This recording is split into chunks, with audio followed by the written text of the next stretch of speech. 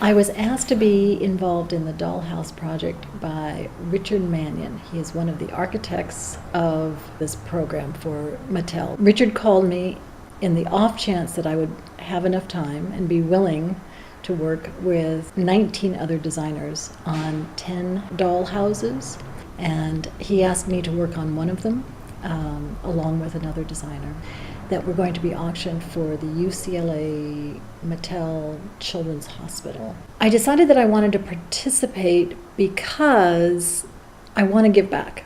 And it was very exciting to me to not only create in a different vocabulary and a different scale, but also to pull together a number of different creative people and turn it into a salon that, in fact, created this dollhouse.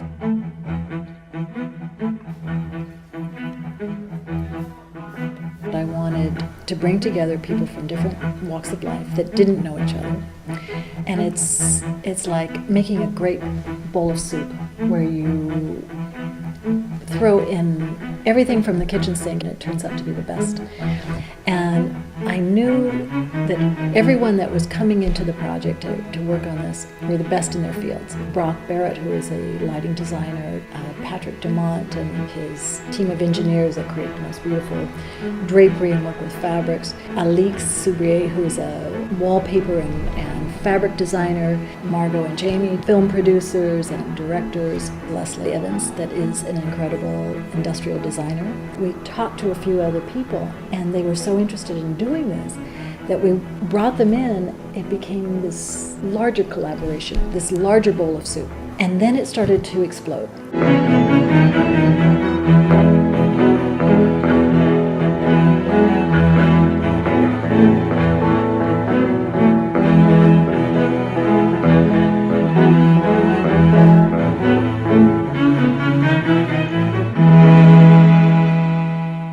The residence is a beach house, and we started out assuming that the house would have the floor plan that was originally designed, which was 3 bedrooms, kind of a upstairs media area, and a couple bathrooms, a couple closets. We shortly thereafter threw that out. Oh, that's right. So this is one screen wall. So the person, or the people living in this house, in our mind, I think has come around to being an artist. This is a fantasy space. One of the first meetings that we had with everyone collaborating, we asked people to bring ideas, objects, whatever it was that they thought might be applicable. It's fantastic. It's all fantastic stuff. Oh my God! It's just like we just got to jump in and start creating. Mm-hmm. The one inspiration I thought I had was kind of whales. And I was thinking that if you abstracted a whale form and you could run it like in the yard, maybe part of it through the house, and different materials. This is like the sun bleached blasted ash, but and it could then go to travertine. Brock brought in these elements that reminded us all of whale bones. And that was the seed, that was the genesis of everything else. Because this was a beach house, we loved the idea of this kind of abstraction of whale bones lending themselves to furniture and design.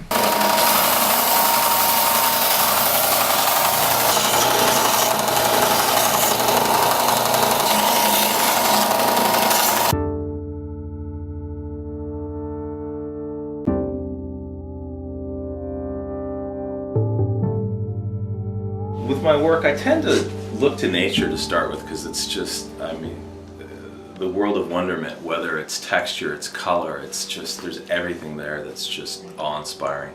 Some of the initial inspirations that I had were shapes, and it was sort of forms of whales, but not literal, just portions or components of it. And I carved some wood pieces that I thought were just sort of interesting shapes. It was just a material and a feel that I thought, you know, let's bring this in and see if it starts a dialogue, and it did.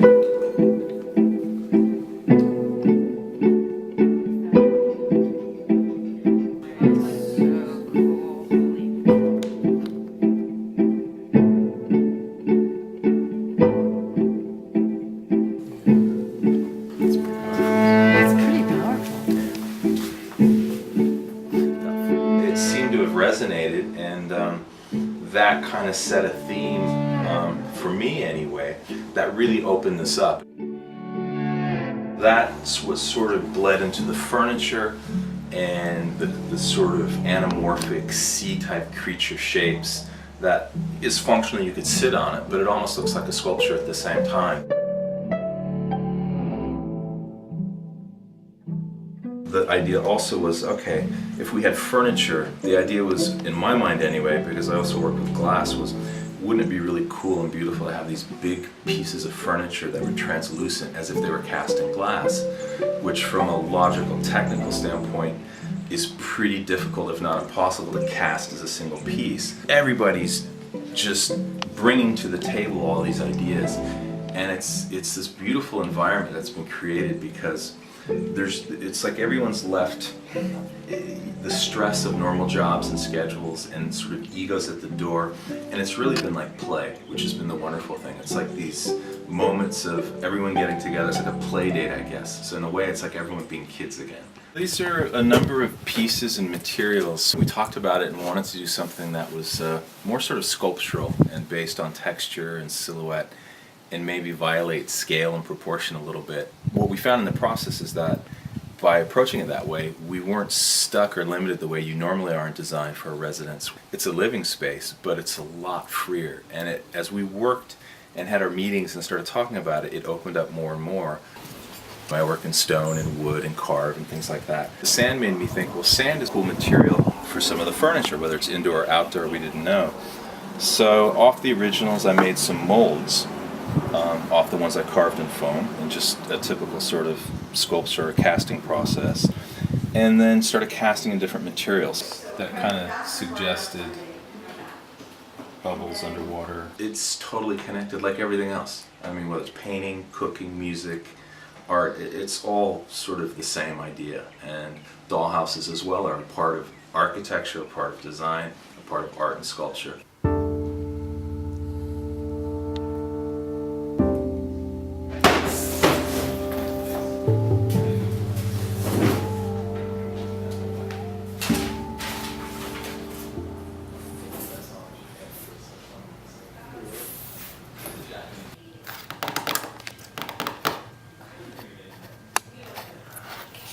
Joan, when she got the request from Richard Mannion about working on the project, she said, "So, what do you think about this?" And I went, "Hey, this is really fun. I had one when I was a kid. I still have it. It's not as pretty as this one, but we can almost do anything we want. At least we think we can." So the architect was Richard Mannion Architects. Jim Magny did the ground floor with the kitchen. He did the landscape on the exterior and the paint colors. And Joan Banky and Associates did the second floor, the third floor, and the roof. Although executing some of the things have been a little bit more difficult than we thought that they would be. But really, I mean, the imagination can go anywhere, and we're not limited by money or scale or any element. I mean, there's a leather wall. Wow. Insane. Insane. Gorgeous stuff. And you couldn't do that in a real scale for many reasons. Hides they're only a certain size, would have various seams, the cost would be prohibitive. Cleaning, nightmare, but there's just, but on a small scale we can do that. I've been inspired by jewelry for years. I always think back to when I was a little girl, and I always remember restringing my beads. Then I wanted to be able to make my own findings, my own clasps, so I started working in metal. It's amazing. I love working with torches and fire and sawing pieces of metal with a little jeweler's saw. Those were fun, making those out of copper. It was really pretty funny because I went home and made those after work, and it took about 5 hours, and I came in the next day with the 2 of them, and Joan's like, "Oh great, can we have 2 more?" I said, "Sure, but it takes about 5 hours." She kind of dropped them and said, "Okay, next." We're gonna start wiring. We're gonna like power tools now. Parallel? Perpendicular? Sorry. Looks good from here. The bottom to the right. That's right.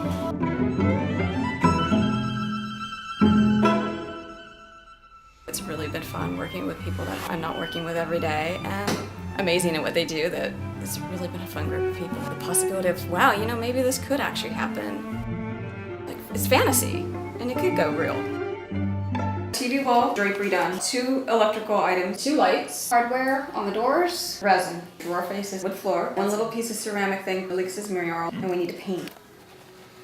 I'm Wrangler. I'm trying to keep it all organized. Cross it off! Alright, which one is it? Set particle and clay wall.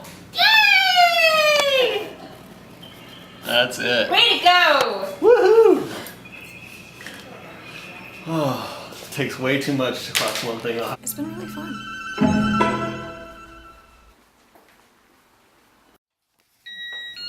The door wasn't open.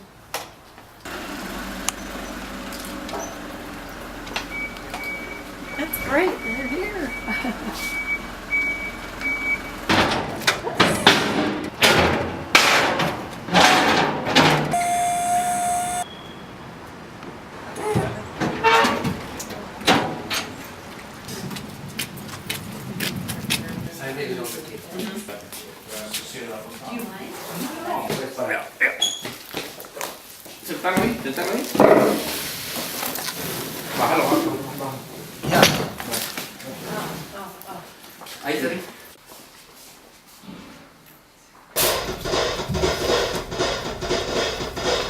Designing on a small scale is literally like learning a different language.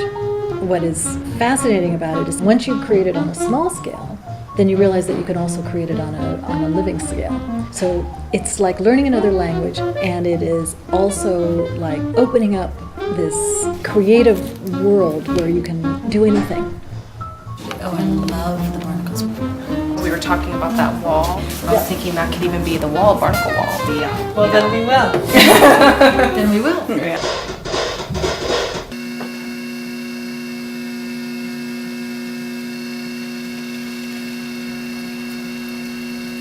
I started working with clay after graduating design school, and it felt so natural to me to work with this medium.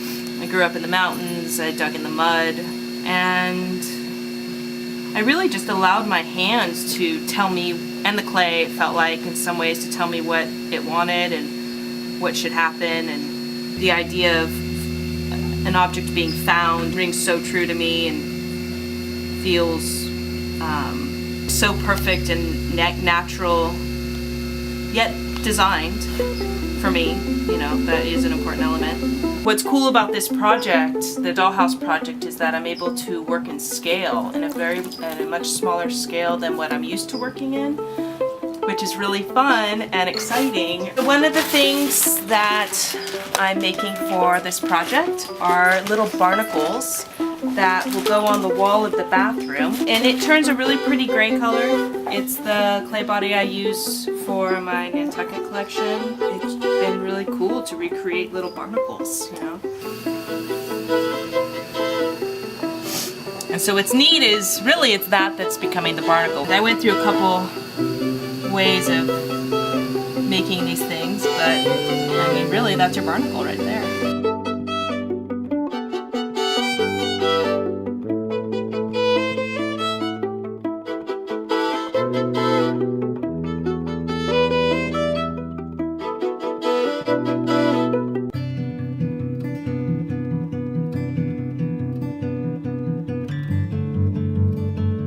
Very inspiring for me in particular because I have a 3-year-old son who, by the grace of God and pure luck, is very healthy.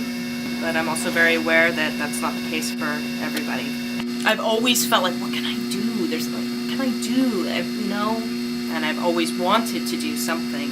And this project just came my way, and it's such a cool opportunity to do what I do in my life every day. This is what I do, to do it for this cause and to share, you know, this fun little thing.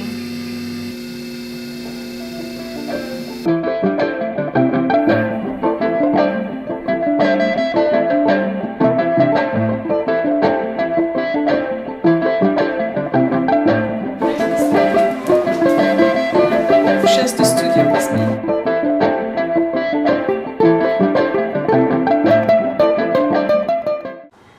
In my wallpaper, especially the ones I create for children, I try to have like a narrative in them. and a composition that flows. In this piece, I guess I was interested in portraying rarer fish than the ones that are usually portrayed, especially for children. I didn't want to do a dolphin and a whale. I was looking at anglerfish and crawfish and sawfish. I thought it was interesting to use the wallpaper as also symbolizing like the depth of the water, because there are so many creatures in the bottom of the sea, and I like the idea of them meeting in the course of their travels. And these were the original drawings, paintings.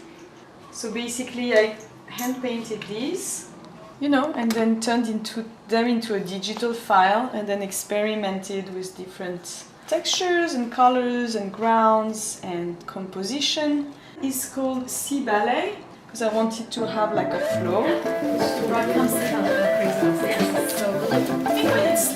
Isn't that great? So would you leave it at that scale, or would you try and shrink it and then reprint it? I think it's great. Yeah, I think it's Because then there's a story. Yeah, it is a story. It is a story.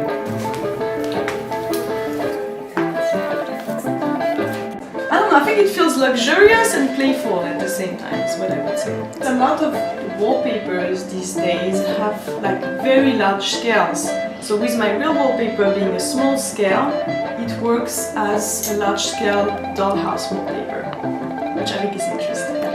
It's so cool up here. Everybody should come up and see that. I have a daughter, and as an artist I feel a strong connection with the world of children. I'm very proud and excited to be part of it. Such a fun project, and I love just making little things. And so it's just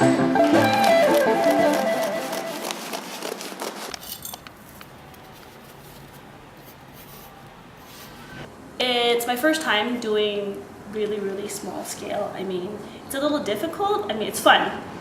Most of it is just trying to imagine myself at that scale, just being as creative as possible. It's mostly just the roof and the side of the house, which is great, so that's somewhere to begin. So I just recently met Alix, and we started talking because she started taking photos of my palette garden outside.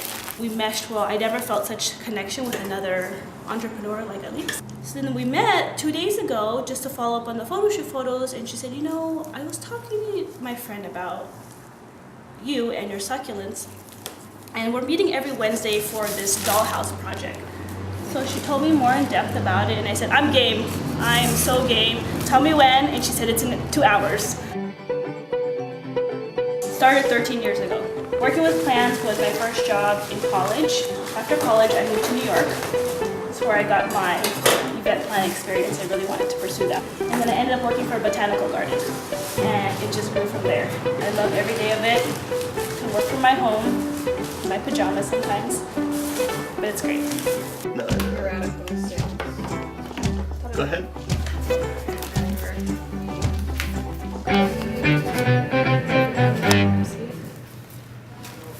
The berm functions as a sculptural piece and also as a green roof. A lot of modern homes are very minimalist nowadays, and you know they're trying to achieve that eco-friendly aesthetic, and so it serves two purposes: sculptural and functional.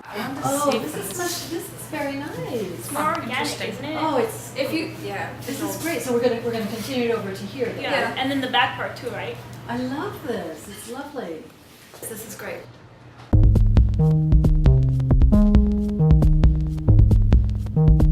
The whole concept of this was to invite families to participate completely, so that children and parents were both welcome at every step of the way. And we, in fact, adored the fact that children of some of the participants came and experienced the dollhouse in such a way that confirmed that what we were doing was the right thing.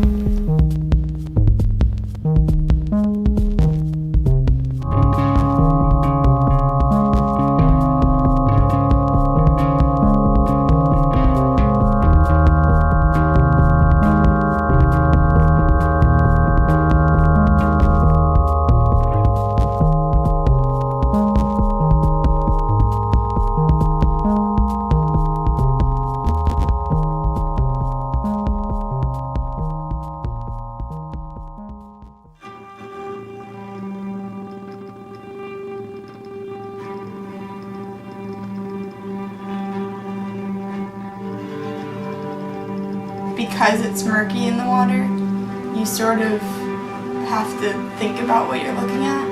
And so I think that gives it this sort of pause.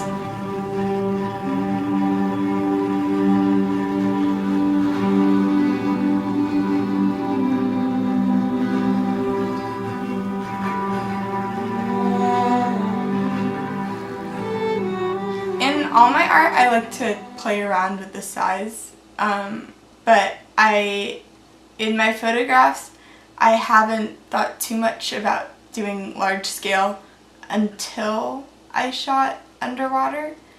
Oh my god, I love these. I love the feet. I love the feet.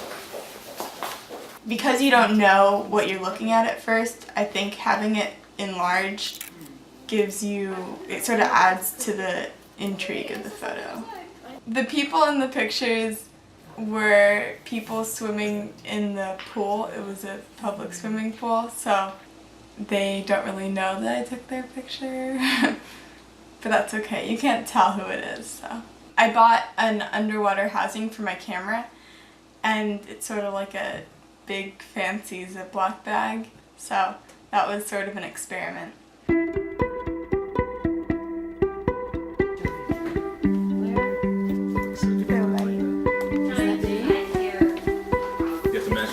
These are 5 feet by 7 feet. There's lots of projects. They're using so many different mediums, and it's such a great collaboration. It's cool to be sort of one of the youngest people who's contributing work, and to have people not know my age comment on my work. I thought that was pretty special.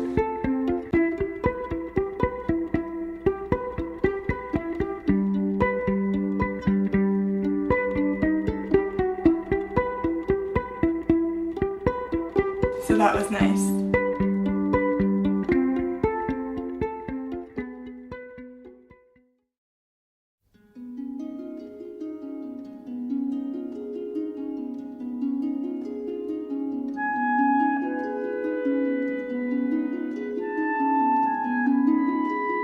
When the whole world is open to you and you can do whatever you want, because it's nothing to print out a little piece, a little tiny piece, or to make a little tiny piece. But when you have to imagine it is the gift.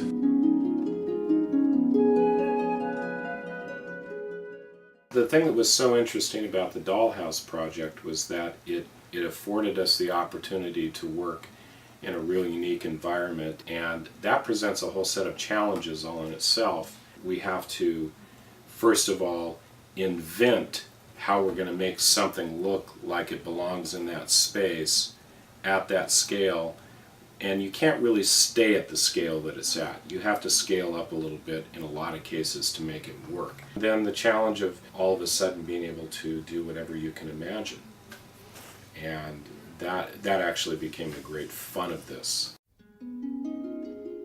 Our 3D printer has offered us, the ability to scale it, to make it bigger or smaller to suit our needs, and even modify it. It's an amazing tool in some of our other drapery hardware pieces.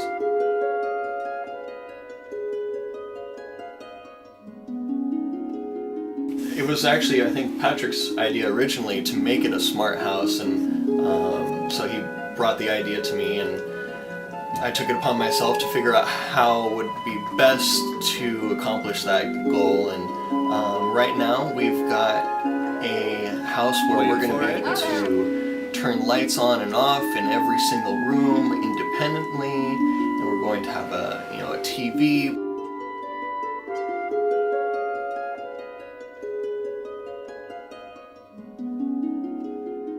Thanks to Joan, we've had the opportunity to work with a lot of very creative people, and it's just been a completely enjoyable process.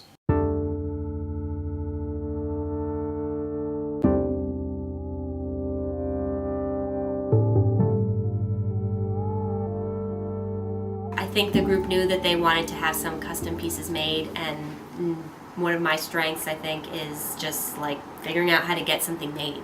We've wanted to create some very unique pieces. We haven't wanted to use sort of traditional stock dollhouse furniture. It was just sort of the challenge of, we're trying to make this, it doesn't exist, can you make it, and kind of get it done in 2 weeks.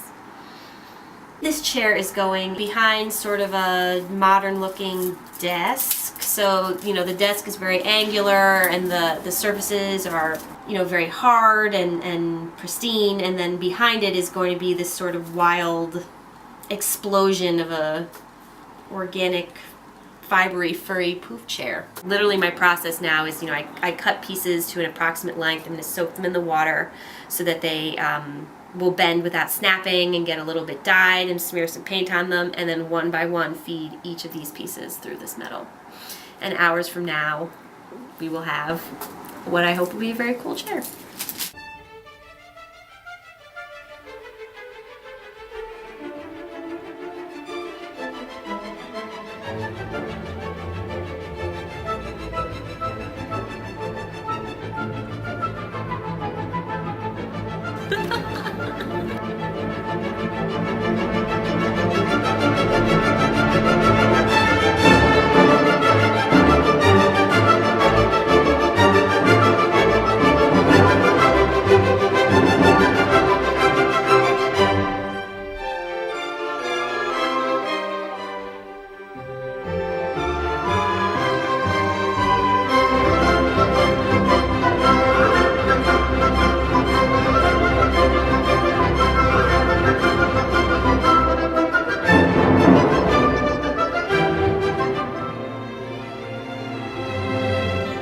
Pretty much everything I've done for this dollhouse has been very labor intensive. And I do this to myself. I always pick, I tend to pick highly labor intensive craft things to do, so I must be getting something out of that. We're trying to create something that will be exciting to people and will have this feeling of, oh my God, this is a unique piece, because all of these things are things that we have either repurposed, or they're entirely unique created pieces that have been made by local people working in LA. We really came out and said, okay, in an ideal planet, if we could make whatever we wanted to, which we can because we've accumulated all these cool people, what would we really do, So I hope it works out.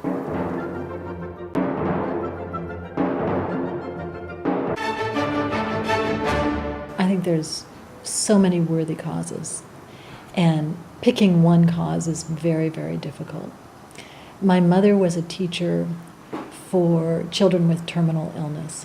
She was a tremendous inspiration in my life, a very, very wise woman and a very giving woman. This has been such an incredibly exhilarating, motivational experience that has been truly one of the more rewarding experiences of my life.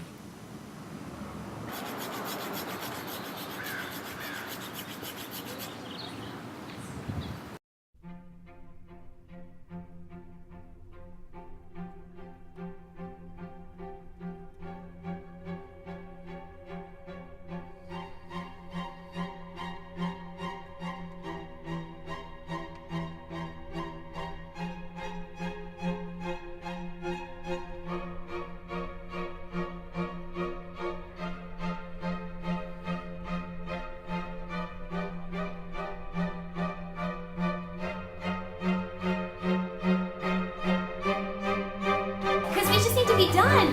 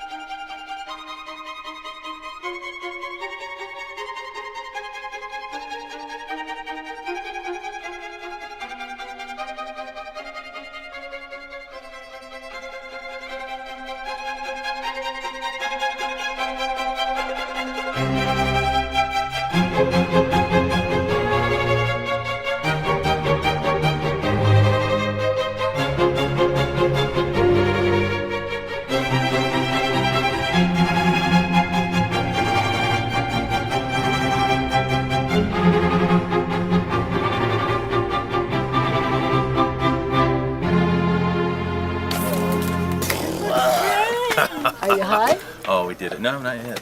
Well, as long as the Scotch tape holds. The last little Did quarter you see our inch barrier that we had did? to finish.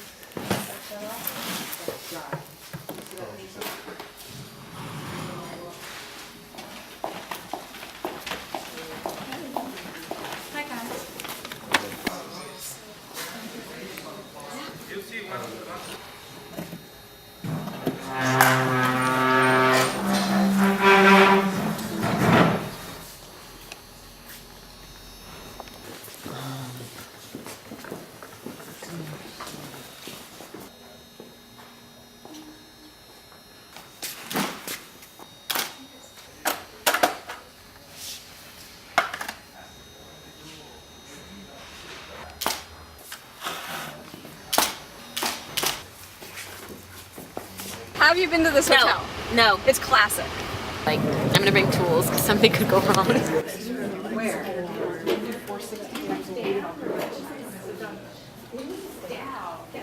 This is an extraordinary event. I don't think anything like this has ever been done before. I think.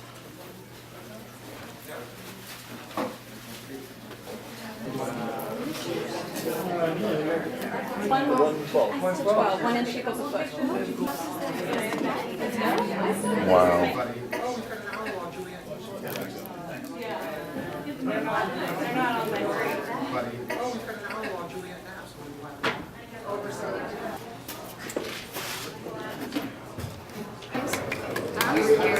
It's happened. Dude, I got an email from Phil that said, please bring that good soldering iron just in case.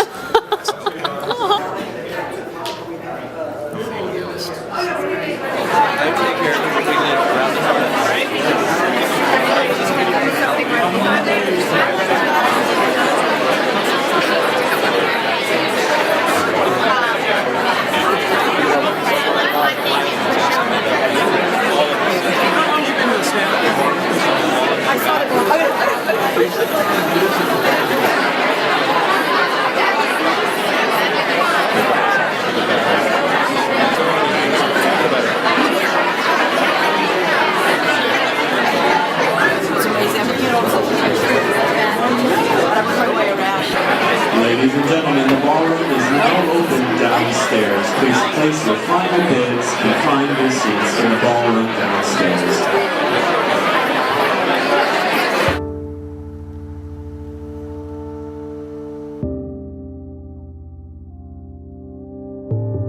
I saw this house, and it was a sculpture. I mean, it was a lighting, the whole thing. It just absolutely blew my mind.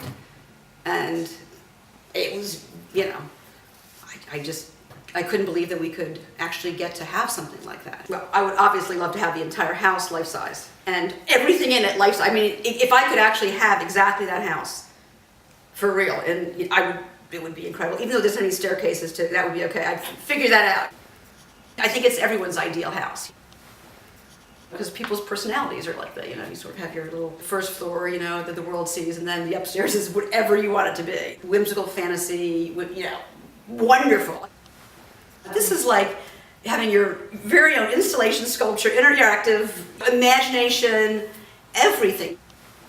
It just sparks this degree of creativity in your mind. And I think the energy of the house and the collaborative efforts of all of the talent involved, you know, it embodies it, you feel it. And that's what I saw that night. It was so alive. Whenever I'm finished playing with it, which might never happen in my lifetime, but if it does, it'll go to a museum because it needs to be shared with lots of people. You know. When you are at the beach, there's a quality of feeling very humbled because the ocean is so much greater and so much more powerful than anything that we have. It's fantastic to be reminded we are just little grains of sand in the big picture.